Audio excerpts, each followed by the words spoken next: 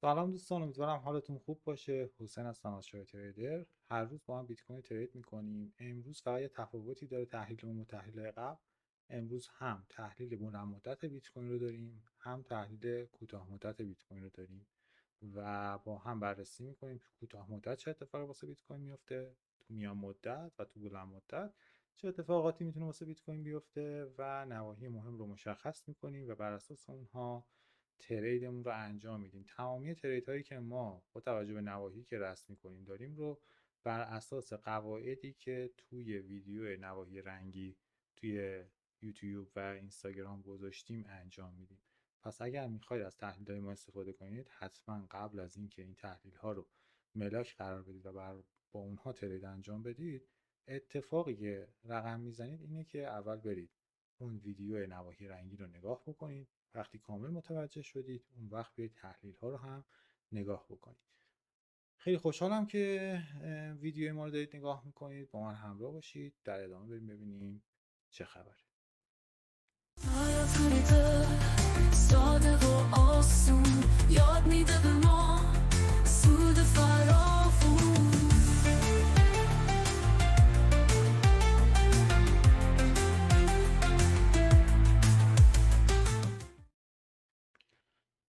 خب، آخرین تحلیلی که گذاشتیم، من یه خورده تنبلی کردم، از 9 آبان به بعد تحلیل نذاشتم. قیمت حدودا اینجاها بود که پیش بینی کردیم که یک مثلث اینجا البته اینجا بود تقریبا. اینجا گفتیم آقا اینجاها یه مثلثی تشکیل میده، حالا باید ببینیم چه اتفاقی میفته. 10 آبان این خط روند رو رسم کردیم. توقع داشتیم بعد از اینکه این مثلث به پایین شکست، مجدد بیاد از بالا بشکنه که اصلاحش به خاطر اخبار که اومد خیلی عمیق بود و در حال حاضر قیمت قراره که مجدد به سمت پایینتر حرکت بکنه. یه چند تا نواحی هم واسه بچه‌ها رسم کرده بودیم. مثلا اومده بودیم گفته بودیم دیروز که آقا ناحیه مهم مقاومتیمون اینجاست، کندل روی کف دهانه، این دهانه ها، این کندل روی کف دهانه. قیمت اومد بهش عکس العمل نشون داد، به سمت پایین حرکت کرد. اینجا هم یه ناحیه مهم کشیده بودیم که دقیقاً با برخورد اون قیمت به سمت پایین حرکت کرد و این اتفاق الان رخ داده. در حال حاضر یه چند تا مقاومت این بالا کشیدیم، مقاومت های مهمی هست و دو تا سناریو داریم. ببینید، سناریو اول ما اینه که قیمت از همینجا به سمت بالا حرکت کنه. چرا اینو میگیم؟ آقا الان جای مناسبی خورده، آیا الان قراره به سمت بالا حرکت کنه که داری اینو میگی؟ ببین، بر اساس ژنتیک بیت کوین یا اون چیزی که تو گذشته انجام داده، ما باید بیایم بگیم که الان روی ناحیه حمایتی مناسبی نیستیم و قیمت باید بیاد از یه ناحیه حمایتی مناسب به سمت بالا حرکت کنه. این نواحی هم که میبینید، ببین مثلا اینجا رو ببین روی شادوه، اینجا رو ببین ناحیهش رو شادوه، اینجا رو ببین ناحیهش رو شادوه. این فقط الان دو تا ناحیه مهم داریم که رو شادو نیست، تو تایم تازه 1 ساعته، که ایشون و ایشون باشن که احتمال میدم اینها هم بشکنه و قیمت بیاد از زیر این ناحیه‌ای که MPL زدیم و قرار بود اینجا هم به سمت پایین حرکت کنیم، بیاد این MPL رو بزنه به هر حال، که این سناریوی MPLش هم فیل نشه، بیاد اینو بزنه و از ناحیه‌ای بین 62 و 500 تا 64 و 500 به سمت بالا حرکت کنه که مهمترین ناحیهش میشه این کنده و مهمترین جای این عددش آبی رنگ این کنار میبینید. مهمترین جاش هم تقریبا میشه منطقه 63500. پس رو عدد 63500 میشه یه مانور خیلی ویژه داد. اگه آقا بالاتر نمیتونه بیاد بزنه، چرا؟ از این بالاتر هم دو تا ناحیه بنفش رنگ داره که اگر بخوام سلکتش بکنم ببینید اینجا و کلا 63796، 63980 و 64326 تا 64436. اینجا هم ناحیه‌های مهمیه که، ولی خب چون ناحیه‌شون کوچیکه، پیش بینیم اینه که از این ناحیه بزرگه به سمت بالا بخواد حرکت بکنه و اینجا هم که سطح جعلی رو به خوبی دارید مشاهده میکنید. این سطح جعلی ادامه داره و قیمت میتونه با شکست این سطح جعلی کلا به سمت پایین حرکت کنه. البته این سطح جعلی الان، ببخشید، این سطح جعلی الان اینه و بالای سطح جعلی همیشه یه ناحیه حمایتی داریم، پایینش هم یه ناحیه حمایتی داریم که معمولا پایینیه بهتر کار میکنه تا بالاییه، یعنی مطمئن‌تر. ولی زیر این ناحیه یه ناحیه‌ای داریم که قیمت قبلا اینجا نزولی بوده، اینجا این شکسته با قدرت انجام شده و این کندلی که این شکسته رو با قدرت انجام داده همون کندلیه که ما الان سلکتش کردیم و بین 62564 تا 63750 که اگه تو تحلیلای 28 و 27 مهر ماهمون برید نگاه بکنید، اینجا اومدیم گفتیم که چه شکلی ترسیم شده و چقدر تاکید داشتیم که آقا اینجا ناحیه مهمیه. ولی قبل از اینکه قیمت به اینجا برسه، با اینکه اینجا MPL هم زده بودیم تو تایم یه ساعته، اینجا ببین این دوست عزیز اینجا MPL زدیم، یعنی از اینجا نباید انقدر میرفت بالا، باید هر چقدر میرفت بالا میومد پایین و بعد از زیر این به سمت بالا حرکت میکرد، اما خیلی رفت بالا، یعنی تا 73,000 خورده ای رفتیم بالا.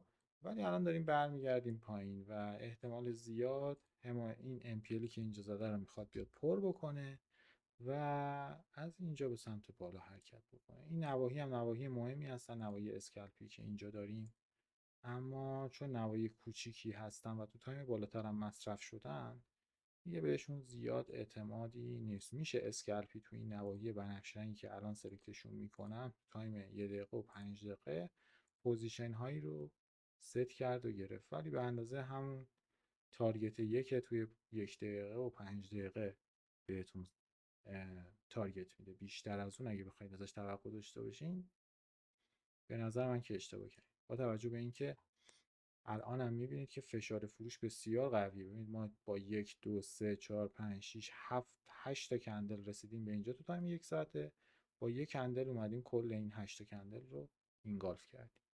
یعنی چی؟ یعنی اینکه واقعا قدرت فروش خیلی زیاده.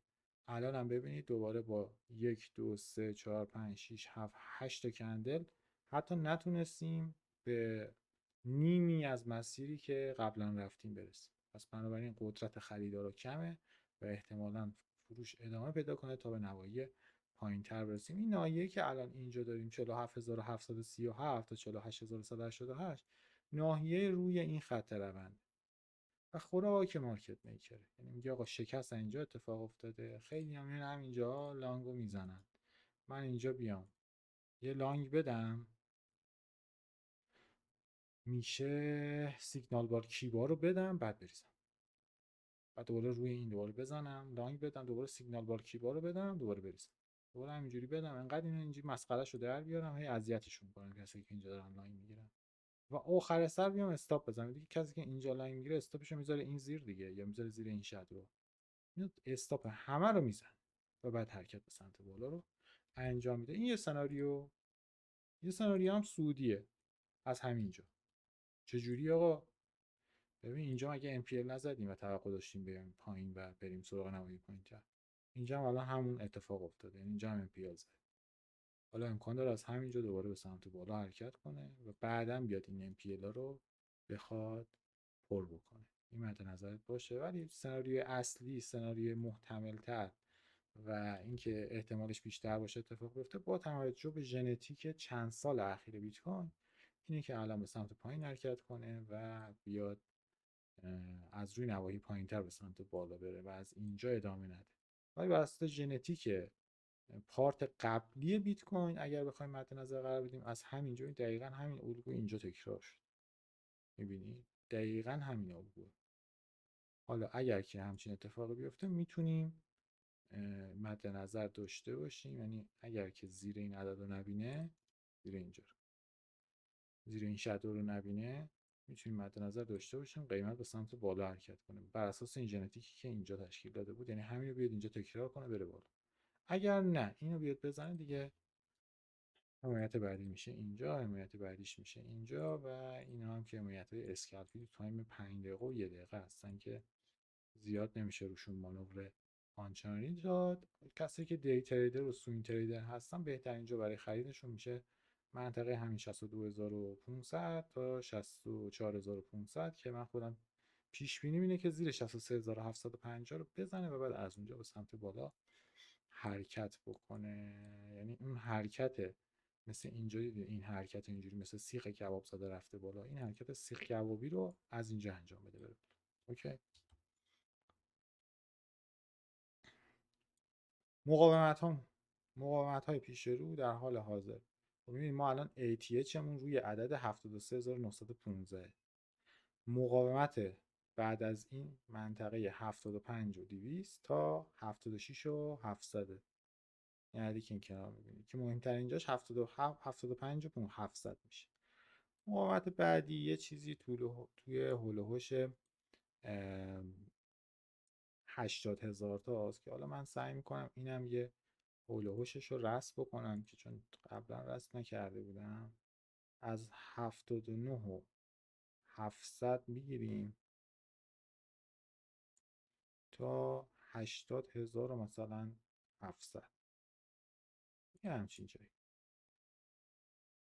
مقاومت بعدیش اینجاست، ولی این مقاومت اصلی نیست. این مقاومت روانیه. یه عدد 80,000 تا یه مقاومت روانیه. مقاومت اصلی در حال حاضر یه دونه 75 تا 77,000 تاست که عدد دقیقش رو این کنار میبینید. یه دونه 83 تا 86,000 تاست که عدد دقیقش رو اینجا میبینید.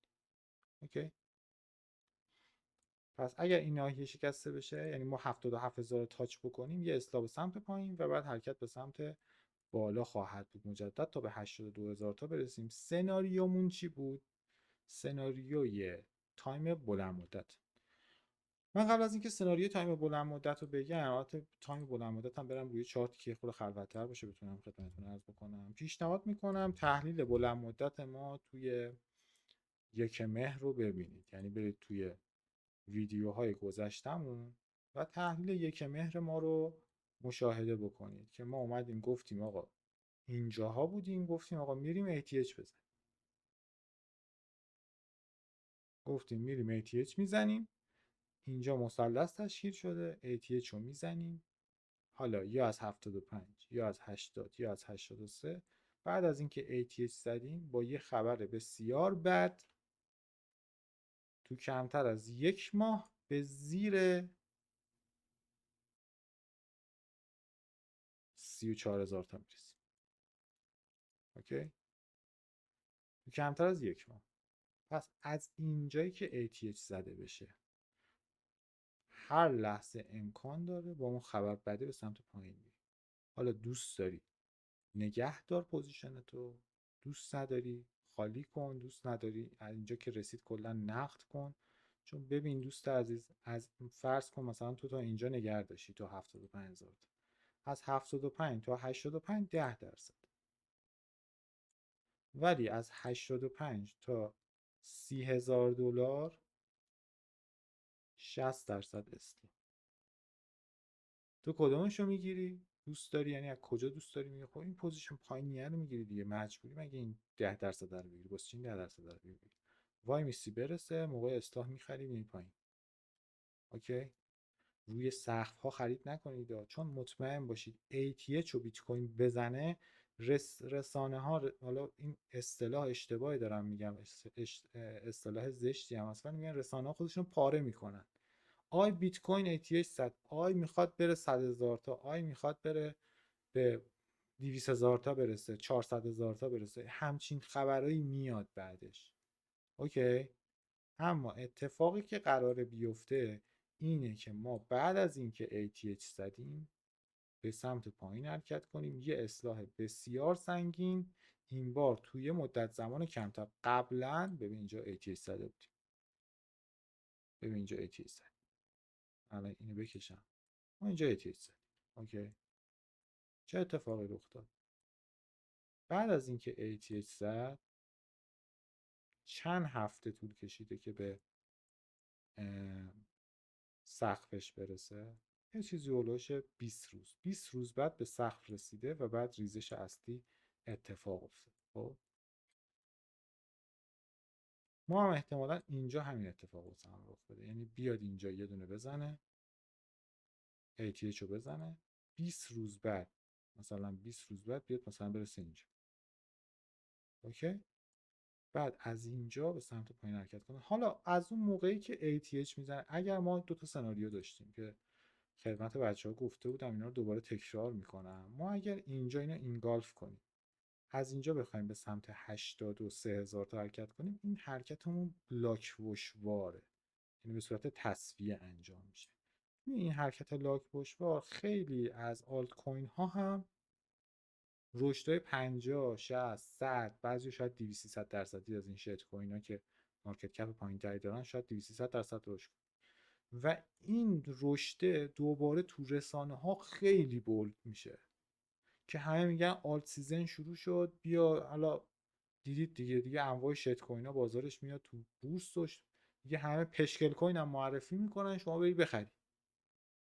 ولی اتفاقی که میفته اینا همه حربه هایی که پول ها توی این بازار تزریق بشه، حتی بزرگترین تریدرها و تریدرهای بازارهای مؤسسات مالی به اشتباه بیفتن و قیمت از اینجاها قرار به سمت پایین حرکت بکنه و پایینیش هم یه پایینی مرگبار. یعنی الان بهتون میگم که ما فقط تو تایم بالاتر تو منطقه 62 تا 64 هزار تا الان یه حمایت داریم که این رو الان میریم مصرف میکنیم بعد میریم بالا. اوکی. یه دونه هم تو منطقه 53 تا 55 هزار تا داریم که این هم واسه اون استراحت ادامه برگشتمون به سمت پایینه. یه دونه هم اینجا نقدینگی زیر این شادو داریم، دوباره این هم واسه این استراحت است. یه دونه منطقه 42 تا 44 هزار تا داریم، دوباره این هم استراحت میکنه، قیمت به سمت بالا میده. این بالایی که 42 تا 44 میده یکم قوی تره، یعنی اینجوری نیست، شاید مثلا تا اینجا بیاد بعدم بریزه. دو تا ناحیه مهم اون پایین داریم، یکیش یکیش زیر این عدده، زیر 38,000 تاست، یه ناحیه مصرف نشده ما اینجا داریم. اوکی. منطقه 36,700 تا 38,200 یه همچین منطقه‌ای. عدد دقیقش رو بعداً بهتون میگم. اینجا ولی از اهمیت کمتری برخورداره. احتمال اینکه این بالایی بده با توجه به اینکه اینجا ریزشمون خیلی شدیده و این نواحی خیلی کوچیکن خیلی زیاده. احتمال اینکه اینا بشکنن خیلی زیاده. ببخشید.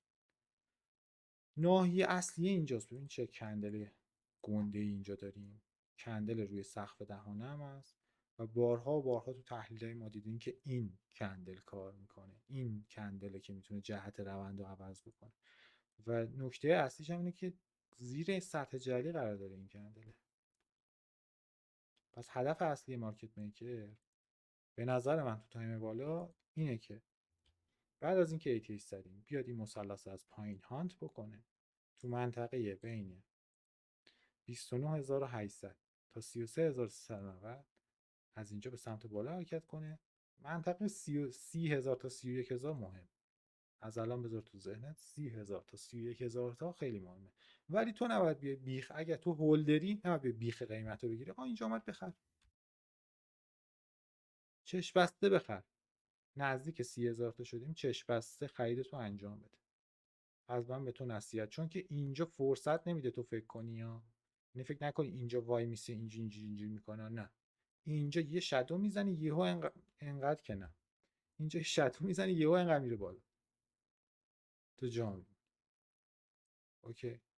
حالا ما توی باشگاه تریدرها داریم تمامی ارزهایی که گذشته خوبی دارن و پتانسیل رشد بالایی دارن، نواحی مهمش رو مشخص میکنیم برای آلت کوین. چون مثلا بیت کوین اگر اینجا مثلا بیاد بخواد بزنه و تا 99,000 تا مثلا بره، یه چیزی هولوش 200% رشد میکنه. اوکی. ولی اون آلت کوینه، آلت سیزنه همینجا اتفاق میفته، یعنی از 30,000 تا میخواد بره به 90,000 تا برسه، نه به 100,000 تا برسه. ولی اون آلت کوینه میتونه 2,000% رشد کنه، میتونه 4,000% رشد کنه، میتونه 3,000% رشد کنه. چرا که اون آلت کوینه با این ریزش عجیب و غریب بیت کوین بالای 90% از قیمت خودش رو از دست میده. و این اصلاحی که اینجا میکنه، آلت سیزن اصلی از بعد از این اصلاح شروع میشه. اینجا یه آلت سیزن الکی داریم این بالا، همونجور که به توضیح دادم، فقط واسه اینکه حواس همه رو پرت بکنه. بعدش آل سیزن اصلی از زیر 30,000 از زیر 40,000 تا شروع میشه. یعنی اینجا یا 36 تا 38 بالایی میده بهمون، یا منطقه 29 تا 33 اینجا بالاییش رو بهمون میده و قیمت اونجا آل سیزن شروع میشه. و شما اگر اون لحظه‌ای که داره قیمت به اینجا میرسه نواحی حمایتی تو قبلا رسم کرده باشی، بدونی کجاها باید خرید کنی، بردی. مخصوصا تو آلت کوین یه سری آلت کوین که اصلا میتونن عددهای فضایی بهتون بدن. پیشنهاد میکنم حتما تو این چند ماه شده 1 ماهش، یا ما روی پکیج های 3 ماه هم یه تخفیف گذاشتیم، حتما تو این 3 ماه عضو باشگاه تریدرها باشید. 20 تا 30 تا ارز پرپتانسیل رو داریم معرفی میکنیم، نواحی پایینش رو داریم مشخص میکنیم که آقا این از کجا میتونه برگرده. اینجا بخر نگهدار 2000% رشد میکنه، اینجا بخر نگهدار 6000% رشد میکنه، اینجا بخر نگهدار 4000% رشد میکنه. و واقعا به این نکته میرسیم. حالا من باورتون نمیشه همچین اتفاقی میفته، میگم برید تحلیل 1 مهر رو ببینید که عدد روی 1 مهر رو چه عددی بودیم ما گفتیم میایم ATH میزنیم و شرایط بازار چه شکلی بود و الان داریم نزدیک ATHیم و الان داریم میرسیم به ATH. من بهتون میگم آقا میخوایم بریزیم، این رو برید سند قرار بدید تحلیل 1 مهر رو واسه خودتون و بعد بیاید ببینید که کجاها میتونید خرید کنید. من به نوبه خودم آقا اینجایی که اومد به این سقف نزدیک شد، اصلا این خط رونده رو زد، من دیگه خارج شدم از بازار، نقص شدم. فقط 5000 تا گذاشتم تو فیوچرز هم باقی بمونه. کلا خارج شدم از بازار، چون میگم آقا این مسیری که از اینجا میخوام برم تا اینجا ارزشش رو نداره. چقدر میخواد بهم سود بده؟ یهو دیدم اصلا این اتفاق بعده یه بخشیش تو کشور خودمون اتفاق افتاد و من اینترنتم قطع شد، دیگه نتونستم پوزیشنمو مدیریت کنم و داستانهای بسیار. حتی این پایینی‌ها هم شاید نگیرم و بیام از اینجا به بعد بخوام دوباره ترید بکنم برم بالا. پس مد نظرت باشه دوست عزیز که تو تایم بالا اوضاع خطرناکه بر اساس گذشته بیت کوین که وقتی ATH میزنه اصلاح شدید میکنه. شما اینجا هم باید در نظر بگی که میتونه ATH و دقیقا هم اینجا هم ببین دیگه ATH اول ATH دوم، ATH دومی که بزنه اصلاح شدید میکنه. اصلاح شدیدمون منطقه بازگشتیمون 30,000 تاست، پس میتونه 60% اصلاح بکنه. حالا اگر 83,000 تا بریزه 60%، اگر از 75,000 تا بریزه مثلا 55%. وقتی بیت کوین 55% 60% اصلاح بکنه، اکثر ارزها بالای 90% اصلاح میکنه و این یعنی خیلی از ارزها میرن کف قبلی هم که زده بودن رو پایینترشون میزنن. این مد نظرت باشه. اگر هم میخوای از این ریزش ها عقب نمونی و بدونی کجاها باید آلت کوین ها رو خرید کنی، پیشنهادم اینه که لینک باشگاه تریدرها ثبت نامشو میذارم توی دیسکریپشن، حتما برو ثبت نام کن، یه اکانت 3 ماهه بخر و تو این 3 ماه که تنها فرصت توه برای این که بتونی با خرید آلت کوین ها یه رشد خیلی زیاد بکنی، یه پول خیلی زیادی به دست بیاری، چون این فرصت از دست بره تو دیگه بیت کوین تقریبا 60 70 هزار تایی رو دیگه نمیبینی. حتی اگه بیت کوین بخواد از 100,000 تا هم دوباره اصلاح بده بیاد پایین، دیگه زیر 60,000 تا نمیاد. این آخرین فرصت توئه که بتونی از این ریزش خیلی زیاد استفاده کنی و بتونی سود ببری. پیشنهاد من بهت اینه که اگر تحلیل بلد نیستی بیا این کار انجام بده. اگه خودت میتونی بری تحلیل کنی، ارزهای پتانسیل رو پیدا کنی، که حرفی نیست، بسم الله خود برو این کار انجام بده. ولی اگه بلد نیستی، عددش واقعا عدد خیلی کمیه ولی سودی که بهتون میده سود خیلی زیادیه. باشگاه تریدر رو حتما این چند ماه از دستش ندید و ازش استفاده بکنید. پس تو بلند مدت پیش بینیمون اینه که قیمت به منطقه 30,000 تا برسه. تو کوتاه مدت چی میشه؟ گفتم خدمتت دیگه، چند تا سناریو داشتیم، اینا خدمتت گفتم و قرار چه اتفاقی بیفته، نواحی حمایتی مهممون کجاست، چه اتفاقایی میتونه بیفته و کجاها میتونیم بهش بریم سر بزنیم. این از تحلیل بلند مدت و کوتاه مدت بیت کوین بود. کل نواحی مهم رو بهتون خدمتتون عرض کردیم. منتظریم الان قیمت به این ناحیه برسه و از اینجا بتونیم دوباره یه لانگی بگیریم و بریم بالا. ولی این لانگه میگم من خودم قسمت اثباتم و نقدم، فقط تو قسمت فیوچرز یه عدد خیلی کمی باقی گذاشتم که اونم باهاش ترید بکنم حوصله‌ام سر نره، که اگرم مثلا میگم اتفاقی هم افتاد من نگران اون میزان کم سرمایه‌ام توی اون صرافی ها نباشم. گفته حتما پیجمون رو سابسکرایب کن، زنگوله رو هم بزن، چرا که ما تحلیل هامون اسکلپی هم هست، تحلیل هایی که در روز میذاریم و اگر زنگوله رو نزنی مثلا 5 6 ساعت بعد تحلیلمون رو ببینی، خیلی از پوزیشن هایی که شاید به دردت میخورد همون لحظه بگیری از دست بره و دیگه اون تحلیل ها مثلا دیدنش واسه فایده نداشته باشه. پس حتما زنگوله رو هم بزن. اگر دوست داشتی تحلیلمون هم یه کامنتی واسه همون بذار که انرژی بگیریم و این تحلیل ها رو با قدرت بیشتری ادامه بدیم. موفق و پرسود باشین. امروز وقتشه تو هم بیای با ما